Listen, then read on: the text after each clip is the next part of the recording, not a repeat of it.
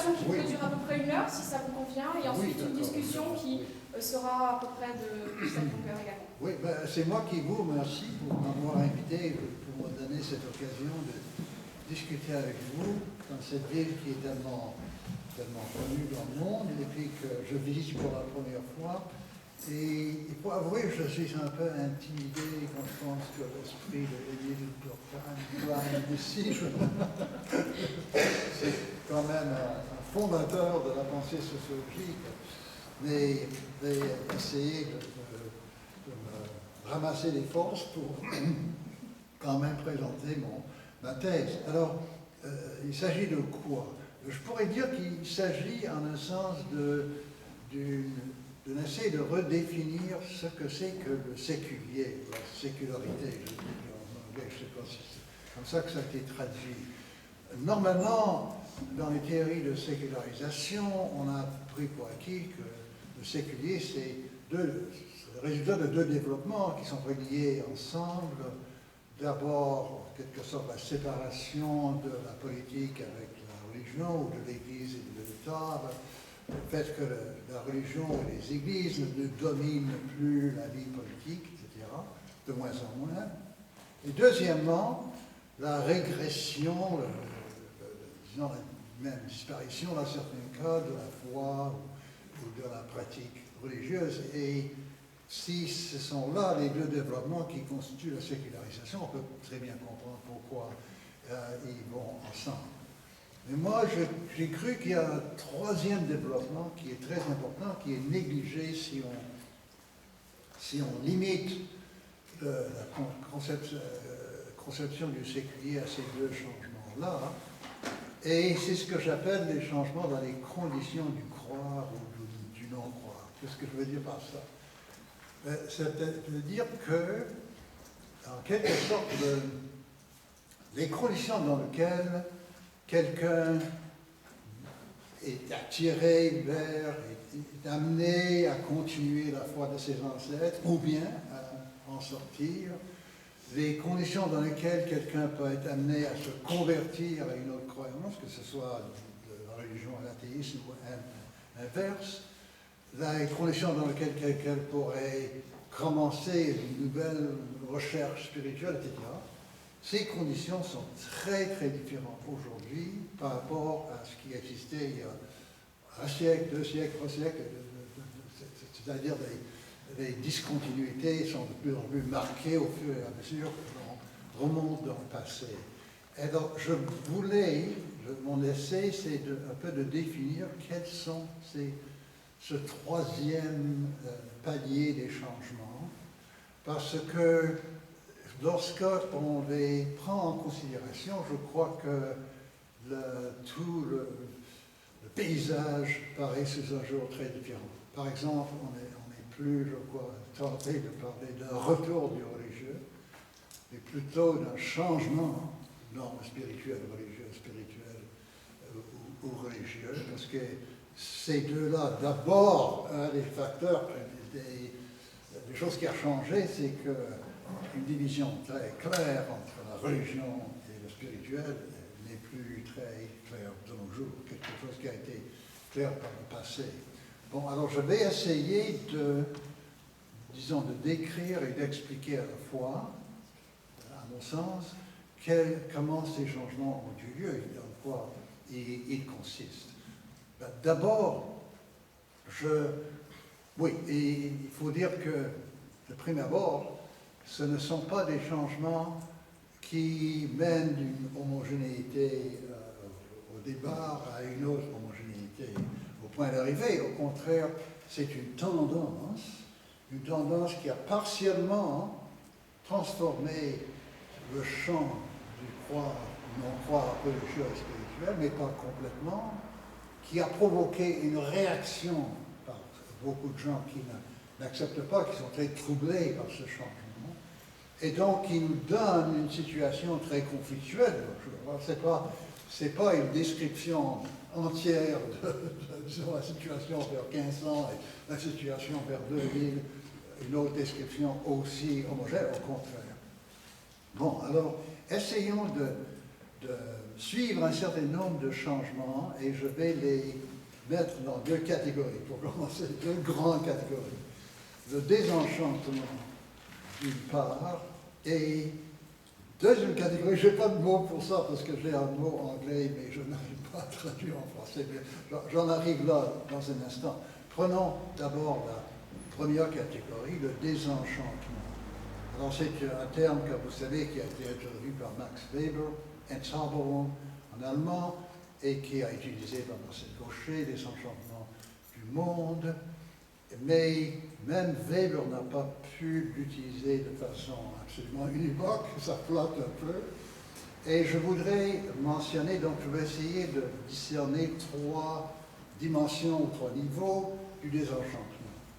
Le premier, c'est un peu ce qui lui a donné, qui est à l'origine de ce mot désenchantement, Entzauberung, ça comprend en allemand évidemment le mot Zauber, c'est magie.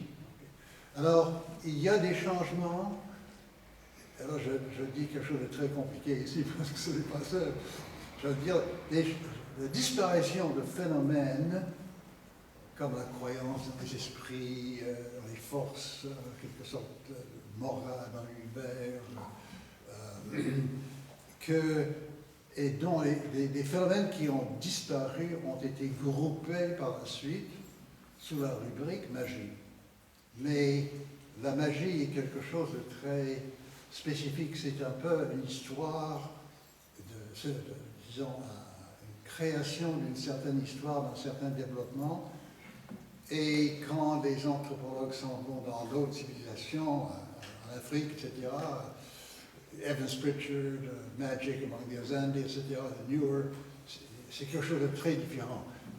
Alors, chez nous, en Europe, dans la civilisation européenne, un certain nombre de croyances dans des esprits, par exemple les esprits des bois qui pouvaient intervenir pour endommager la récolte ou pour répandre des maladies, genre le cheptel, etc.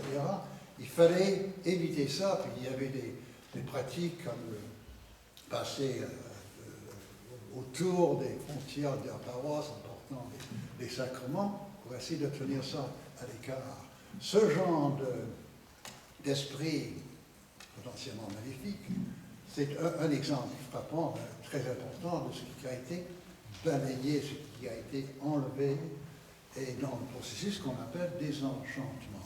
Il y avait aussi d'autres formes, des forces, en quelque sorte, avec des conséquences morales, mais ancrées dans des substances physiques. Par exemple, si je voulais me faire guérir d'une maladie, je prenais le chemin du pèlerinage de Canterbury pour avoir un petit contenant d'eau avec un peu du sang de martyr Thomas à Becket. Mais ça pouvait guérir toutes sortes de choses. Ça pouvait guérir n'importe quelle maladie, mais aussi ça pouvait me rendre moralement meilleur, etc. Alors, ce genre de voir l'univers comme le site de ce genre d'esprit et de force, j'insiste là-dessus que c'était pas, il est faux, enfin, il est, peut-être ça nous mène en erreur que d'en parler comme des croyances que nous avons perdues. C'est plutôt une sensibilité, un sentiment de danger immédiat que les gens sentaient dans certains contextes, par exemple dans la forêt qui entourait la paroisse, et genre de sensibilité qui existe toujours dans d'autres parties du monde, hein, c'est clair, mais nous avons été en quelque sorte guéris. Dans le monde, nous avons perdu cette sensibilité pour la plupart de la civilisation. Oui, d'accord, il y a encore des gens qui regardent l'horoscope dans le journal, et il y a évidemment les frontières de l'Occident, et je parle de l'Occident, sont très poreuses, parce qu'il y a quand même le Mexique, etc., où c'est pas très clair de quel côté ils appartiennent, mais je crois que ce changement de sensibilité très, très profond a été développé, produit, en partie par les grandes églises elles-mêmes. Hein. Surtout, d'abord, les églises protestantes, ils ont mené une attaque contre ces genres de pratiques comme des pratiques idolâtres. Il fallait les enrayer. Et à partir de ce moment-là, le contraste entre la magie blanche et la magie noire a disparu, même la magie blanche, et une entorse à la foi, et la contre-réforme catholique a suivi à certains égards dans la même direction. Alors, ce changement de sensibilité, maintenant je parle par exemple, en comparant 1500 ou 1600 à 2000, alors c'est un changement de longue haleine, et puis peut-être qu'il a été complété pour certaines classes de la société déjà au XVIIe siècle, au XVIIIe siècle, mais c'est un des changements très profonds qui crée la situation que je voudrais décrire de nos jours. Alors, deuxième palier du désenchantement, et là ça n'intéresse pas la population entière, ça n'intéresse pas surtout les non-élites, ça intéresse surtout les élites intellectuelles. Si on remonte à, disons, le 1600, parce que ce changement a commencé à se produire au XVIIe siècle, il y avait une conception du cosmos. Une conception du cosmos qui était incompréhensible en dehors de certaines hiérarchies de valeurs. Il y avait des niveaux de la réalité qui étaient plus hauts que d'autres, qui correspondaient à une plus grande perfection de l'être, etc. Un peu, c'est ce qu'on a hérité des anciens et du monde au-delà de la Lune. Voilà, supérieur à la Lune, où tout se présentait avec des mouvements constamment reproduits sans changement, tandis que sous la Lune, il y avait de plus en plus des éléments de changement Alors, il y avait cette conception de l'être comme quelque chose qui avait des étages, et une conception de la société comme nécessairement enchâssée dans ce cosmos et qui devait donc refléter les différents ordres de la réalité dans les différents ordres de la société. Une société des ordres, comme pour employer le langage doctrine, était à l'origine très profondément ancrée dans cette conception du cosmos et de l'enchâssement de la société dans le cosmos et du cosmos dans le divin. Alors ça c'est disparu complètement. Et le XVIIe siècle, les élites d'abord, a produit une conception de notre relation au cosmos très très différente. C'est que la société de plus en plus est conçue comme quelque chose de créé par des êtres humains à des moments qui ont des dates et des noms, la Révolution américaine, la guerre civile anglaise, la Révolution française, et c'est normal pour nous que de voir chaque société comme ayant une date de création, les gens qu'on peut nommer qui ont été à l'origine de sa création. Donc, une autre forme de désenchantement.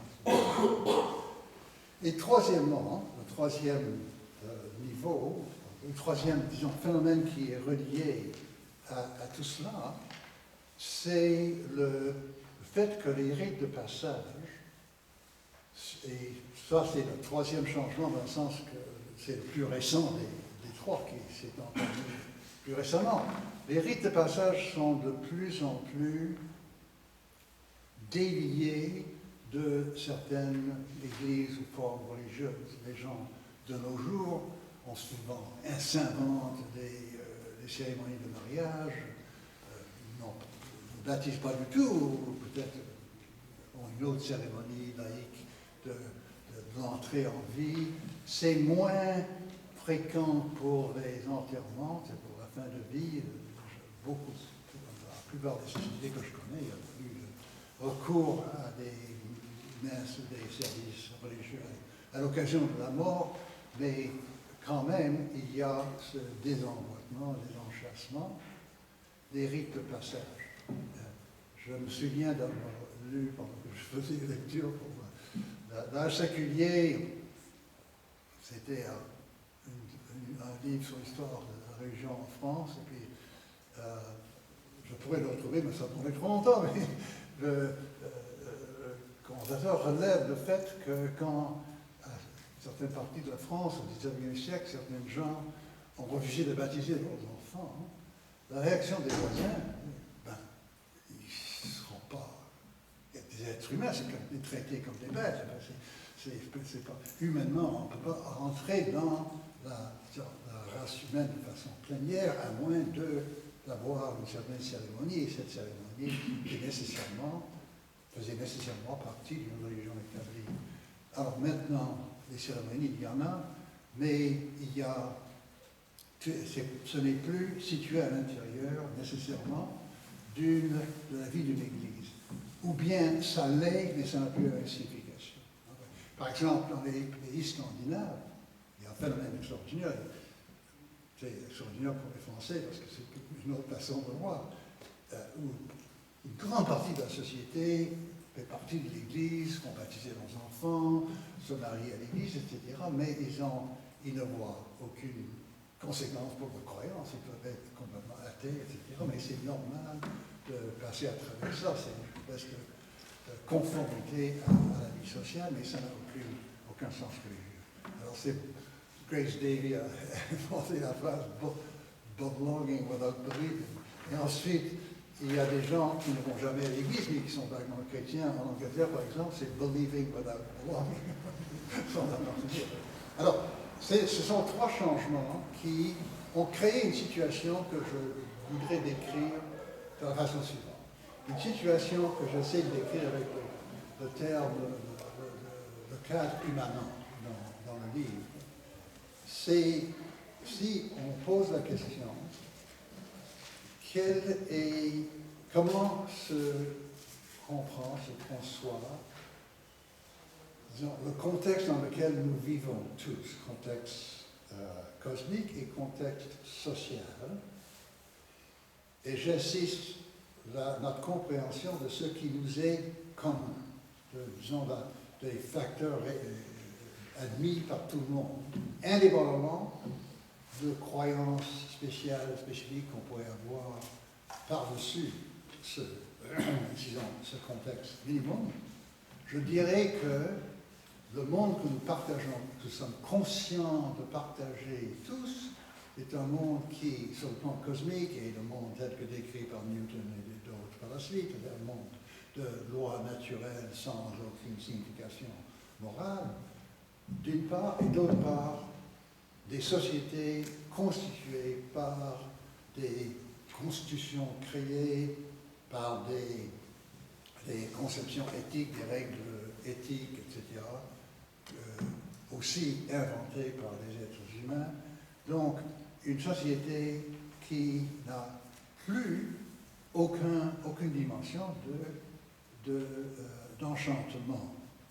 Mais j'insiste sur ce concept, j'utilise le mot imaginaire social et je demande pardon d'avance à Castoriadis parce que je l'ai utilisé dans un sens un peu différent du sien et puis je l'ai pas à Castoriadis dans un sens, mais le sens dans lequel je l'utilise, on peut parler de l'imaginaire social d'une société, c'est la façon dont, de façon irréfléchie peut-être, c'est pour ça que je parle d'imaginaire plutôt que de théorie, qu'est-ce que nous partageons tous comme contexte d'action. Pour donner un exemple qui pourrait un peu éclairer le cadre immanent, nous sommes membres de sociétés démocratiques. Nous sommes aussi des agents politiques dans une certaine mesure. Nous savons que nous partageons une certaine constitution, certaines règles d'élection, etc., certains jeux de légitimité. On ne peut pas avoir un gouvernement qui ne soit pas élu, etc. Mais nous sommes différents profondément sur nos options politiques.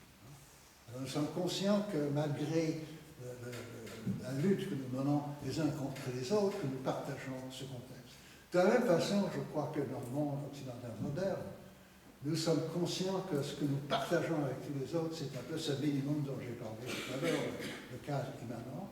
Mais aussi à l'intérieur de ça, nous sommes conscients que certains ont quand même quelque chose de plus, il y a une certaine transcendance, il faut se relier à ça, d'autres gens non, au contraire, qu'il y a des différences très profondes sur notre attitude à ce cadre. Mais c'est le cadre que nous partageons tous ensemble. Vous voyez, ce n'est pas, cadre immanent ne veut pas dire que personne ne croit à quelque chose d'au-delà, non, au contraire.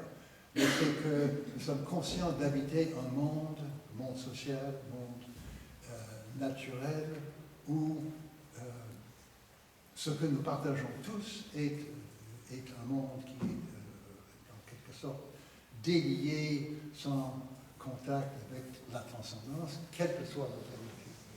Alors ça c'est très important par la suite parce que ça fait entrer dans les différentes croyances, dans la transcendance, disons un accent qui est très différent de ce qui existait dans une société entièrement dominée par une église. Bon, alors ça c'est pour la première catégorie de développement. Maintenant, le deuxième, c'est, je utilise un mot anglais, unbundling. Mais qu'est-ce que je voulais dire par ça? Je voulais dire que dans le passé, nous, les Européens, nous sommes Européens, d'Europe, sur les rives du Saint-Laurent, nous avons dans le passé tous une période où notre société était dominée par une seule église.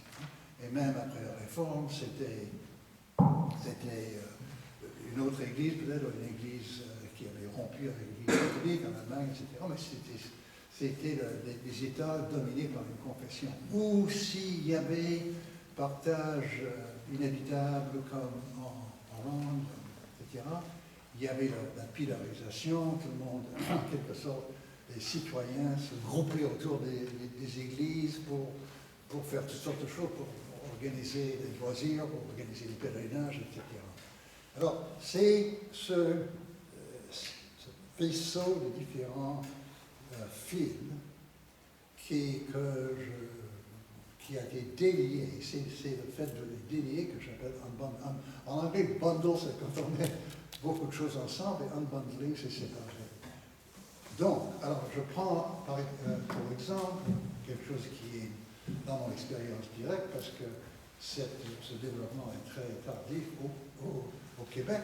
Dans le Québec de ma jeunesse, dans ma paroisse, il y avait tout le monde avait une certaine appartenance à la paroisse, une appartenance à l'Église catholique, une appartenance nationale au Québec, une appartenance à une certaine morale, etc.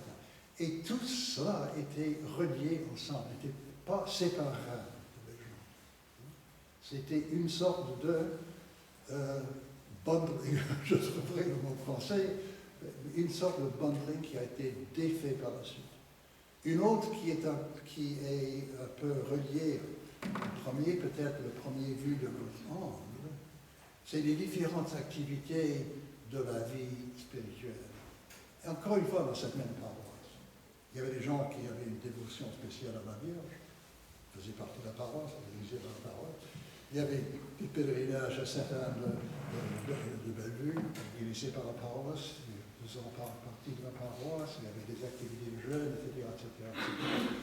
Et donc, les différentes formes de vie spirituelle étaient ramassées ensemble dans une seule appartenance.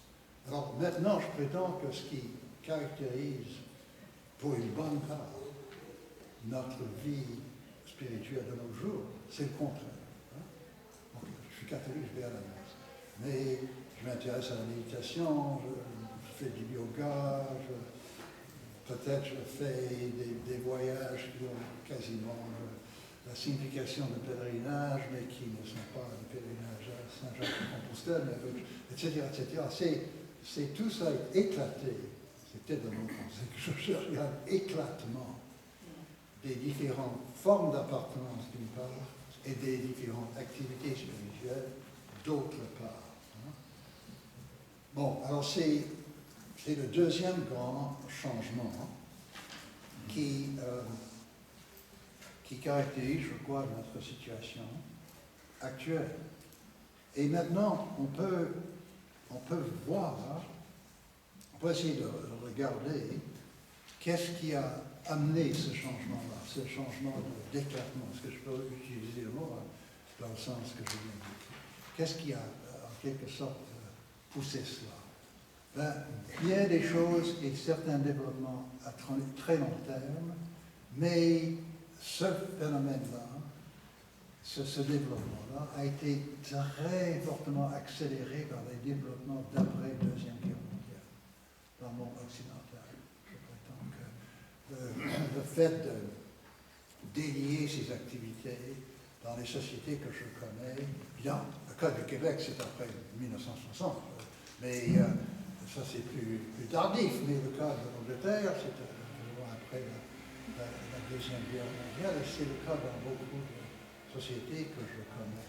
Et c'est particulièrement relié à...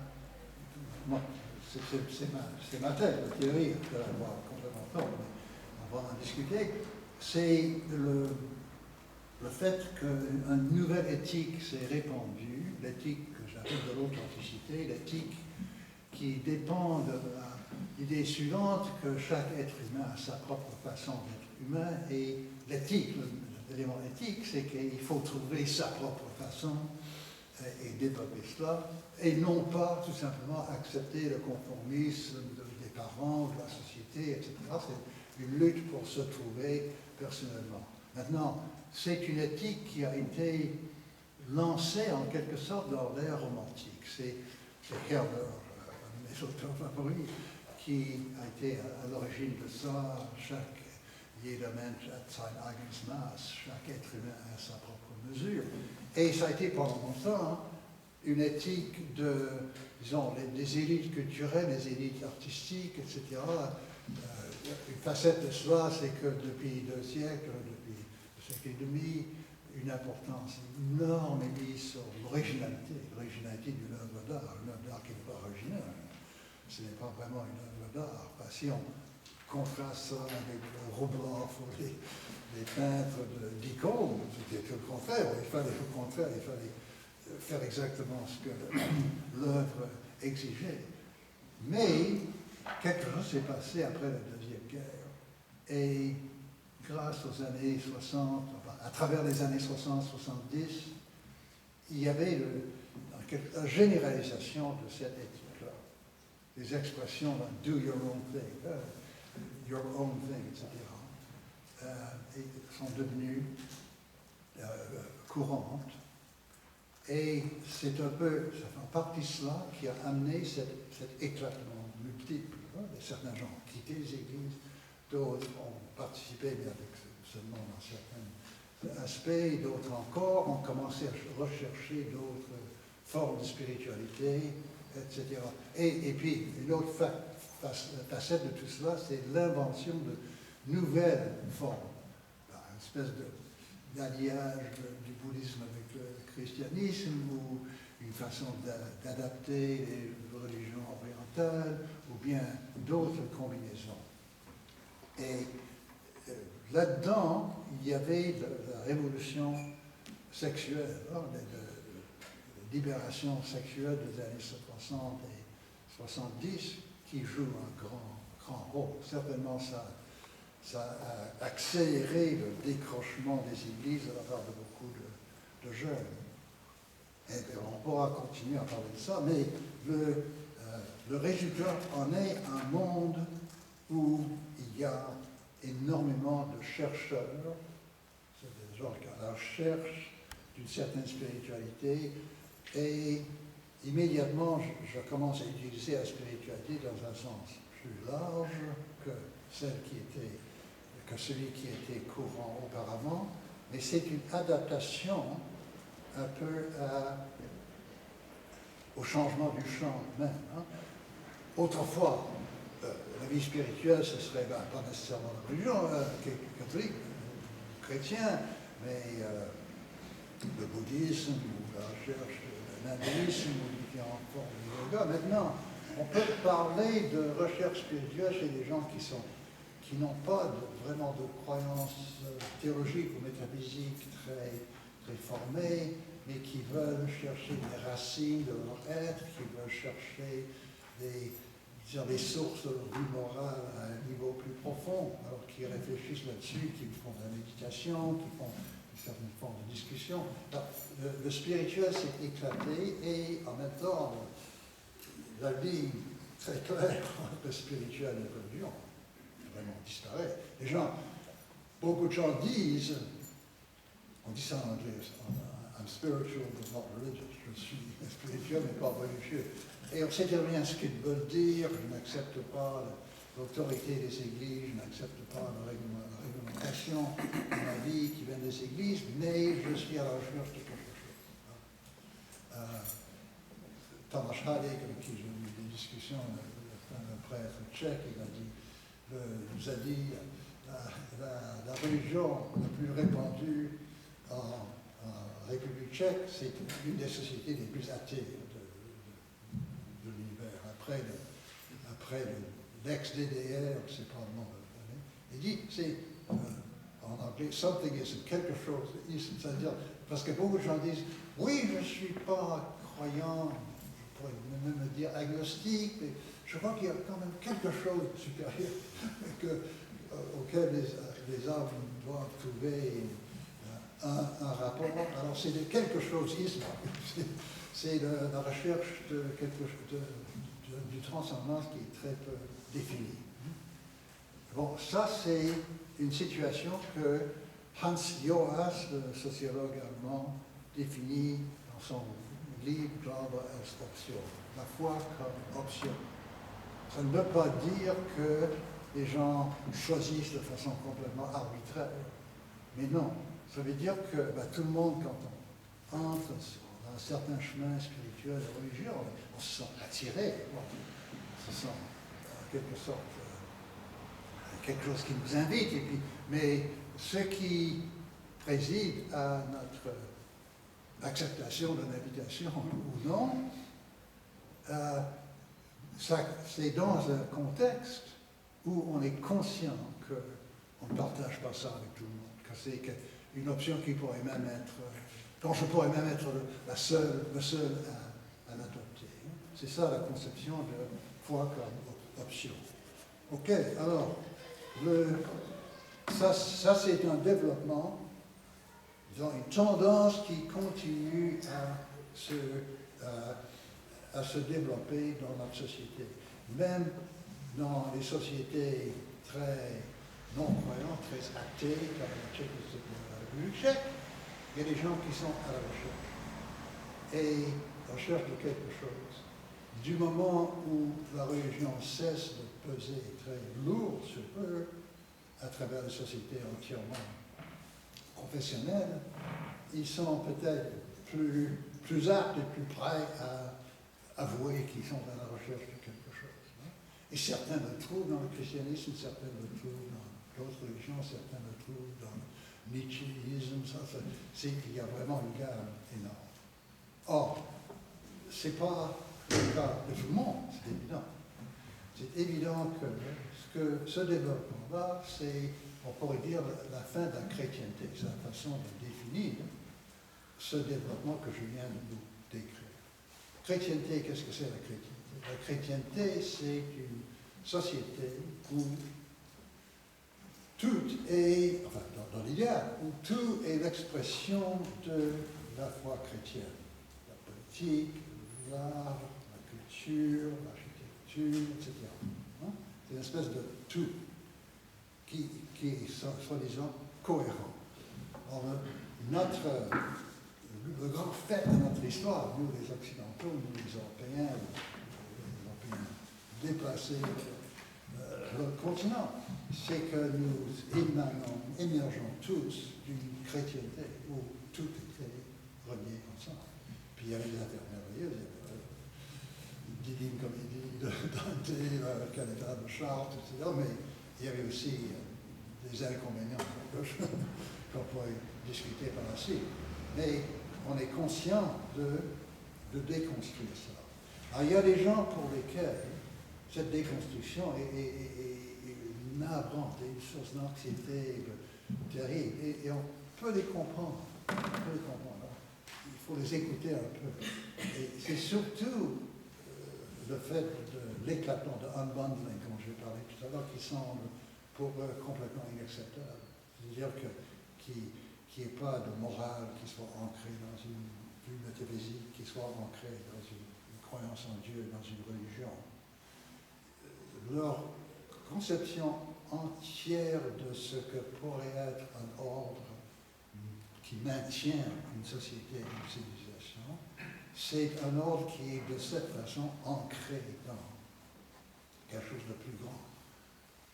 Pour arriver à la fin à une sorte de chrétienté, c'est-à-dire quelque chose où la civilisation a son sommet une certaine unité, sommet intellectuel et spirituel une certaine unité. Et je crois que c'est ça qui fait que, d'abord pensons à beaucoup de gens qui sont même convertis au catholicisme. Je pense à Evelyn Waugh, mais c'est un romancier anglais que vous ne connaissez pas, mais parce que justement ça représentait pour lui la base d'un ordre vraiment stable dans lequel une civilisation pourrait fleurir et en dehors duquel ça ne pourrait pas exister. Ou pensons, ça c'est un exemple français qui est un peu différent, à Maurras, qui n'était pas croyant, paraît-il, jusqu'à la fin de sa vie. Il aurait fait une mort catholique, mais dans sa vie, mais il avait cette conception de l'ordre. Pour que la France soit grande, il fallait qu'elle soit monarchiste et catholique. Et tout ça se tenait. Et il y a une énorme influence. Il y avait j'espère que je ne vais pas trop voir dans les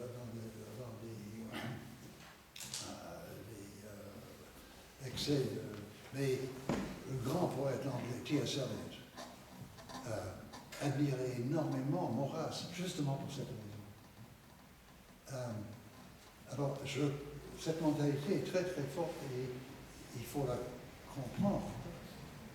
En plus, il y a des gens pour lesquels certains éléments de la tradition religieuse sont très importants, le sens du sacré, qui est bafoué souvent dans un monde où tout le monde se développe dans sa propre direction. De sorte que nous avons une certaine, parfois, guerre civile larvée entre les gens qui sont heureux dans cette nouvelle situation, dans cette nouvelle condition du croire. Ces nouvelles conditions du croire très différentes. Parce que vous voyez, les conditions du croire et du non-croire, c'est aux antipodes. Dans l'un des cas, il s'agit d'entériner et accepter ce qui m'a été donné, ce qui se présente comme un tout qui veut organiser la vie, et je me révolte contre ça, je l'accepte. Dans l'autre contexte, les conditions du croire, c'est la condition d'une recherche spirituelle qui est fortement ancrée dans l'éthique de l'authenticité, quelles sont mes tendances profondes, qu'est-ce qui manque à ma vie, qu'est-ce qui peut donner signification, un sens à ma vie, c'est complètement différent. Alors, il y a ces deux modèles, disons, de chrétienté et le modèle d'authenticité, disons, on va dire. Vous donnez des noms très courts à chacun, non seulement entre en conflit, mais propose et nous pousse vers des conditions de coexistence de la différence très, très différentes. Pour utiliser simplement des idiots weberiens extrêmes, mais qui peuvent éclairer, pour ceux qui sont entièrement dans le contexte de la pluralité, de la recherche de chacun, il y a une conception de la religion qui est principalement ancrée dans l'idée que la religion ou la spiritualité, c'est une recherche, c'est un voyage, c'est un pèlerinage. Bien, c'est une idée qui était très familière au père de l'Église, Grégoire de Nice, de différentes façons, Augustin. Mais la religion et la recherche d'une vérité, c'est pas une vérité qu'on possède, mais c'est une direction de recherche, de mouvement. Ce qui amène une autre conséquence, que l'on peut sentir une certaine affinité, solidarité, comment dirais-je, une certaine attirance vers d'autres gens qui sont aussi engagés dans une recherche, dans un voyage, etc. Quoique ce sont des gens qui ont pris un autre sentier, mais on peut se comprendre et se respecter. Et même, il y a un phénomène que j'observe souvent, et que d'autres gens qui ont étudié ça ont observé, qu'il s'est créé à l'intérieur de, disons, de sociétés où cette atmosphère prévaut, il s'est créé une certaine écuménisme qui n'est plus l'écuménisme de, disons, de respect et du non-combat, où on cesse de se conspuer, de s'insulter, on est respectueux, etc., qui est plus que l'écuménisme qui va pas plus loin, que Jean Paul II a, par exemple, réalisé à Assise, là, où il invitait certains gens de notre religion à prier avec lui, plus que ça. C'est un écuménisme d'échange très intense. Les gens s'intéressent à qu'est-ce qui te fait marcher, explique-moi ce que tu vois dans ta direction. Et il y a des groupes entre athées et chrétiens, par exemple, que je connais, les gens qui s'échangent comme ça. Alors c'est une autre conception de ce qu'est la coexistence, qui est tellement différente de tout ce que nous avons vécu en Europe depuis Constantin, c'est un peu exagéré, mais depuis le Moyen-Âge, qui ressemble davantage à d'autres contextes. Si on regarde par exemple l'Inde à l'époque du IVe siècle avant Jésus-Christ, de l'Empire Maurya, où Ashoka était empereur, hein, et Ashoka avait promulgué cette éthique, on pourrait dire multiculturalisme un peu, c'est un peu, pas exactement le mot qu'il fallait, un peu anachronisme, mais quand même l'idée qu'il fallait que les différentes directions spirituelles se respectent, s'échangent dans le respect, cessent de discuter, etc. Alors c'est même un contexte comme ça qu'on est en train, dans certains milieux de l'Occident, à recréer un contexte pareil à ça. De l'autre côté, il y a eu un autre modèle qui est un peu inquiétant. C'est le modèle de la réaction où la religion ou la confession devient marqueur de mobilisation politique avec le but de donner du pouvoir à la religion, à une certaine confession, etc. Et ça, on le voit un peu dans l'Occident de nos jours, mais de façon assez faible, tellement l'évolution a été dans le sens de la diversité, mais que l'on voit à l'extérieur de l'Occident, de façon vraiment inquiétante.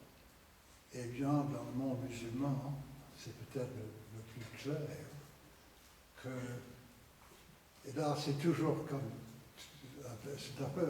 ça ressemble un peu au nationalisme parce que, c'est-à-dire la mobilisation autour d'un marqueur pour imposer comme le marqueur de tout le monde.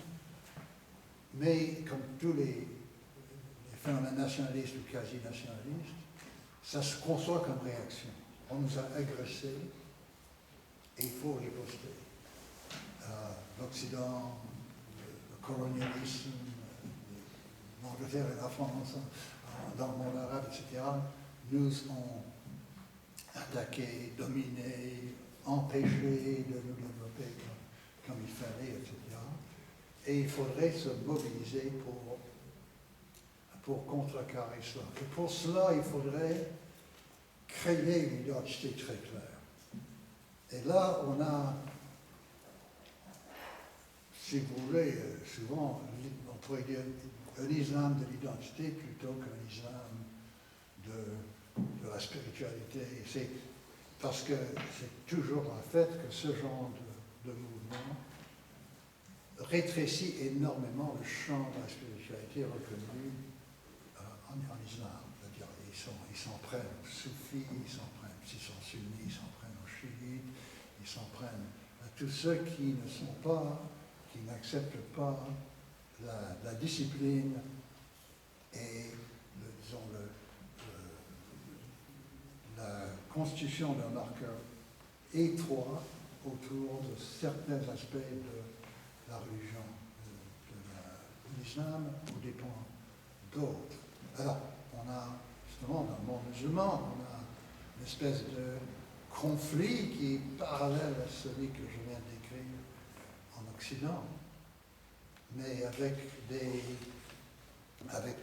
disons, des conditions très variées dans les différentes zones. En Indonésie, un islam très ouvert, dans l'Afrique occidentale, en Sénégal, il y a aussi un islam qui est constitué par 4 tariqats soufis de la population, tandis que dans le monde arabe, il y a des gains énormes de la part de ceux qui ont cette conception politique. Et au Pakistan, c'est presque incroyable la transformation du Pakistan depuis sa fondation. Le Pakistan a été fondé par Muhammad Ali Jinnah. Jinnah était pas tellement pratiquant, il prenait son whisky sur Malabar Hill, mais aussi il appartenait à un secte chiite. Maintenant, on a au Pakistan en ce moment un phénomène extraordinaire que les gens comme lui, personne n'avoue maintenant parce qu'il est trop sacralisé, voilà, personne ne mentionne que lui. Mais les gens qui ont, disons, la même situation professionnelle que lui sont attaqués et souvent tués. Alors c'était créé par le mouvement, était un mouvement de repli politique face à la concurrence avec l'Inde et le conflit au Cachemire et le fait que l'armée pakistanaise, l'intelligence de l'armée a organisé et payé toutes sortes de sectes. Alors, il y a cette polarisation, disons, de façon de comprendre la coexistence religieuse dans notre monde, qui a peut-être été exacerbée par le développement d'un Occident qui est plus axé sur cette conception de coexistence entre chercheurs plutôt que de coexistence entre idéologies identitaires qui sont à se confronter parce qu'ils ont des différences profondes et puis ils se croient réciproquement comme un danger l'un pour l'autre.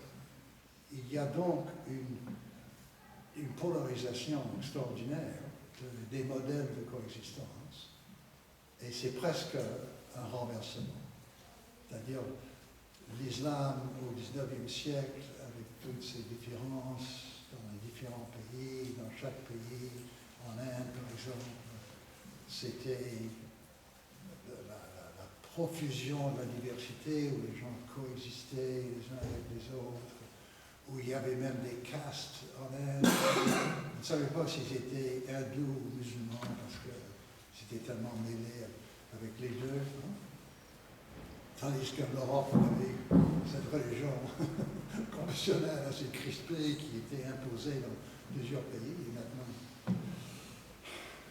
c'est l'inverse qui s'est produit. Bon, alors, je devrais peut-être m'arrêter à un certain moment. On pourrait continue dans toutes sortes de sens, mais j'ai essayé un peu de donner une théorie sur, enfin, peut-être je devrais faire le deux finalement, c'est la troisième forme de sécularité, du séculier, que je considère vraiment important, c'est-à-dire les conditions du croire, qui ont été vraiment transformées en Occident, et que ça mène, entre autres, à une autre compréhension du rôle de la religion dans la société. C'est une société où coexistent des chercheurs, où coexistent des différentes orientations, qui dans l'idéal devraient s'entendre, et même souvent essayer de s'entendre, d'une part, et ben, je crois que c'est très important pour... Ah oui, d'accord, je vais finir la pensée, puis je commence. C'est très important pour comprendre le séculier en entier. C'est-à-dire, le séculier conçu d'après les deux premiers développements, séparation de l'Église et l'État, régression de la religion, nous amène à penser que maintenant il y a beaucoup autour de nous, c'est revenu un retour. Ben, c'est pas un retour, mais c'est certainement la présence ou même l'éruption d'une autre forme de religion. C'est-à-dire, c'est d'abord la présence de plus en plus évidente du champ des chercheurs qui essayent de s'échanger, et aussi de l'autre côté, c'est l'éruption dans notre monde d'une religion qui maintenant, non pas, une grande religion, non pas, disons, la grande maison qui abrite toutes sortes de différentes spiritualités, mais qui au contraire est mobilisée derrière des marqueurs politiques. Et c'est ça qui fait vraiment irruption dans notre monde. La religion est présente de façon très frappante et inquiétante, etc., mais ce n'est pas la même chose. Et la religion a changé de différentes façons dans les deux contextes. Et il faut aussi parler de bien des choses. La Russie, l'orthodoxie, comme marqueur en Russie, etc. Il y a toutes sortes de différents phénomènes de ce genre. Alors, et ça, c'est pas tellement nouveau, c'est vrai que... mais c'est un champ transformé. Alors, plutôt que de parler de retour du religieux, on devrait parler d'un changement profond dans le religieux, des changements profonds dans le religieux. C'est ça qui va nous permettre mieux de comprendre. Oui, un mot peut-être, note en bas de page sur Marcel Cauchet. Oui, ma thèse est très proche de la sienne, en sens, j'ai beaucoup appris de lui. Mais il insiste que sortir de la religion, c'est sortir d'une religion qui est en quelque sorte le cadre entier d'une société, d'une civilisation. C'est sortir de la chrétienté, c'est ce que j'appelle sortir de la chrétienté dans notre cas, en Occident. Et il croit que les réactions que l'on voit dans le monde musulman, c'est un peu les mêmes que les réactions qu'on voit dans certaines sociétés chrétiennes, ou encore il y a cette tentative d'enrayer ce changement.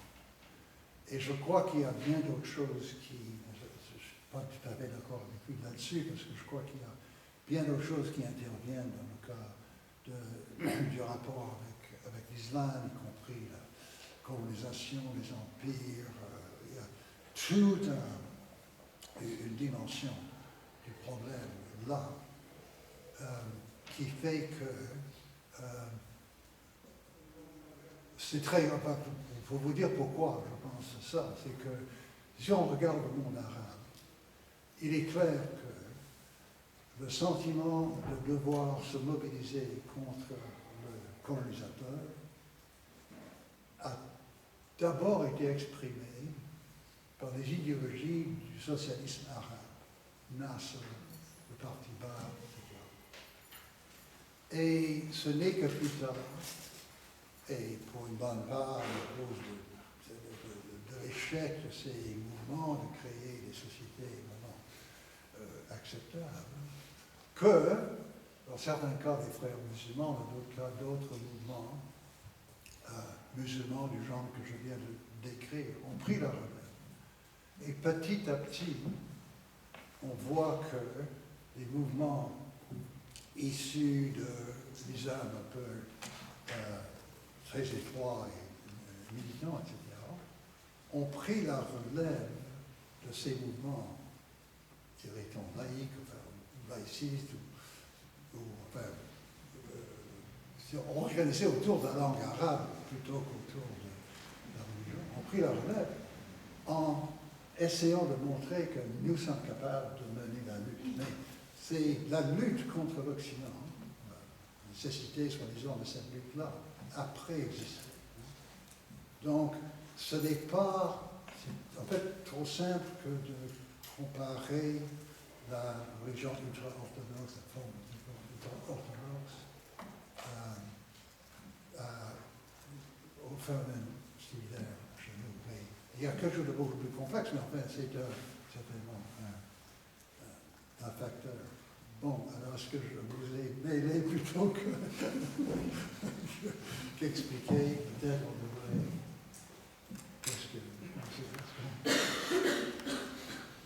C'est votre dernier mot? C'est mon dernier mot.